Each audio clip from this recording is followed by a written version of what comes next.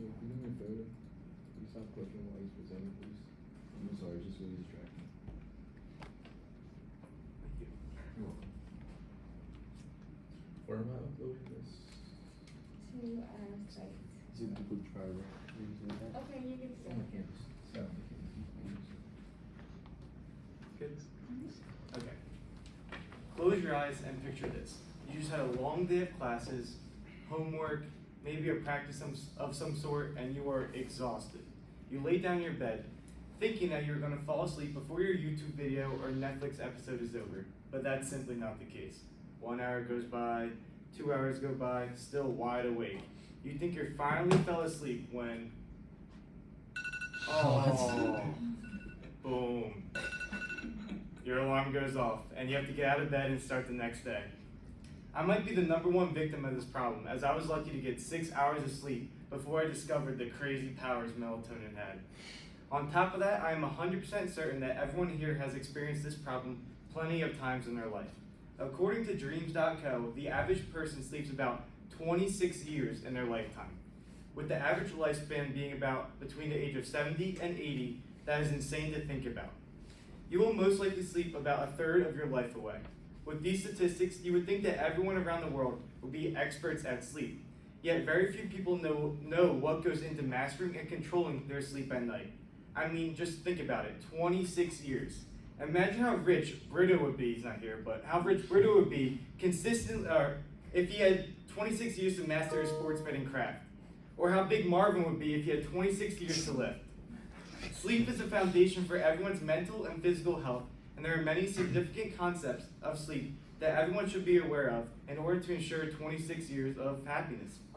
The neuroscience behind sleep, how to improve your sleep, and the supplements that are used to sleep.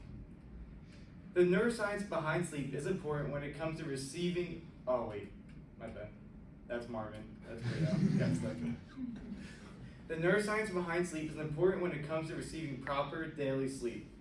Adenosine is the main chemical in your body that controls your sleep. According to PubMed.gov, adenosine is proposed to act as a homeostatic regulator of sleep and to be a link between humoral and neural mechanisms of sleep-wake regulation. Now, to put that in terms we all understand, adenosine builds up the longer we are awake, which allows us to feel tired at night. Adenosine feeds our sleep hunger. We can think about it in terms of food. The more food you eat in a day, the less hungry you will feel.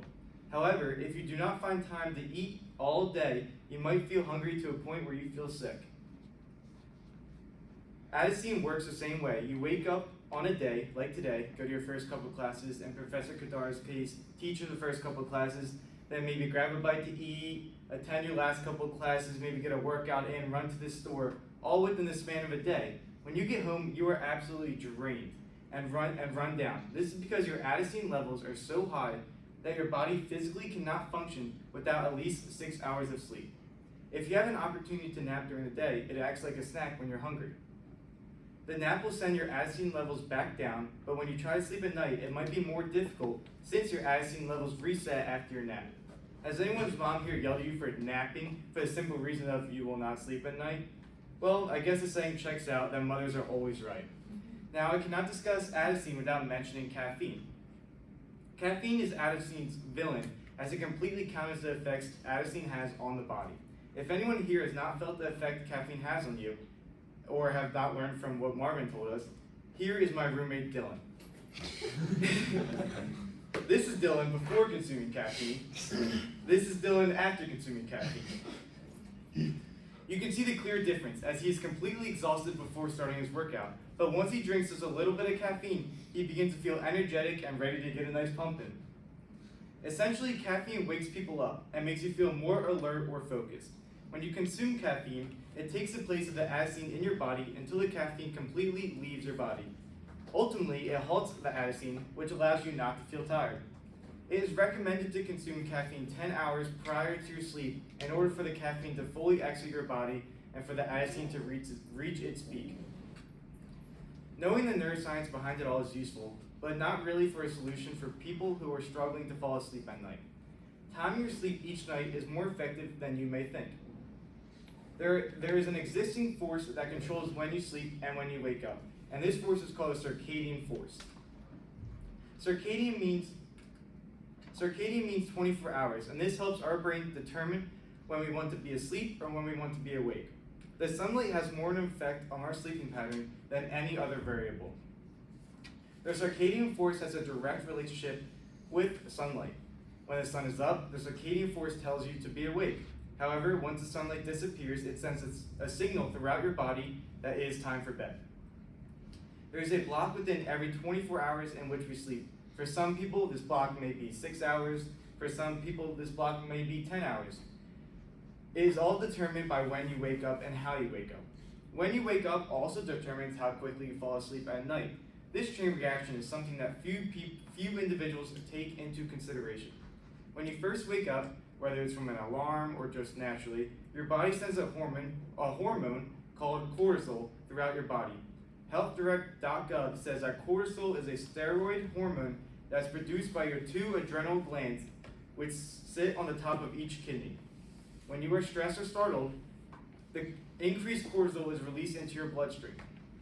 When the level of cortisol peak in the very beginning of the day, it allows your body to come to rest before it's time for bed, and the cycle continues day after day.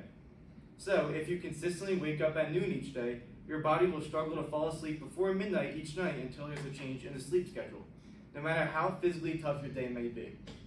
Since cortisol levels increase when you are stressed, there will be days where you might have a test, you might have a lot of homework, or you might lose all your money in the stock market, which increases your cortisol and affects the timing of your sleep that night. Instead of learning about how to improve sleep quality, many people think about taking supplements such as melatonin as a shortcut. However, these supplements, especially melatonin, are extremely harmful to the body. I put quotes over crazy powers early in the discussion because I was so unaware about the many downsides melatonin has. Melatonin is produced naturally within the body, but gummy supplements are offered for sale as well. Contrary to belief, the melatonin offered is way more harmful than the pretty label makes it seem. On top of the side effects that are printed on each container, each melatonin gummy can range anywhere from 50% more or less than the prescribed amount in the bottle. So, for example, a gummy that has a container has 10 milligram gummies. Those gummies could contain anywhere from 15 milligrams or anywhere as low as 5 milligrams. If one grows a habit of taking 2 a day, like myself at one point, they could be taking up to 30 milligrams of melatonin, which is extremely bad for the body, especially in our teen and early 20 years. There was a time during my freshman year of college when I would wake up every single day with the most intense headache, and I had no idea why. Well, after I took a little break from melatonin, every night my headaches went away. This is a result of taking melatonin every single day for a couple months, which is obviously not recommended. On top of that, melatonin may help you sleep, but it suppresses the onset of puberty, says Andrew Huberman on YouTube.com, which can be dangerous for any kid or teenager. When you take melatonin, it suppresses some of the hormones in the brain, ultimately just putting puberty on pause. After this, I hope everyone is more aware of what occurs during sleep and how one can improve their sleeping habits. Personally, after all the research I have done, I am already finding an increase in sleep quality just from understanding the foundation behind it all. All in all, being educated on the neuroscience behind sleep, how to improve your sleep, and the supplements that are used to sleep can drastically change your sleeping habits for the better. Thank you.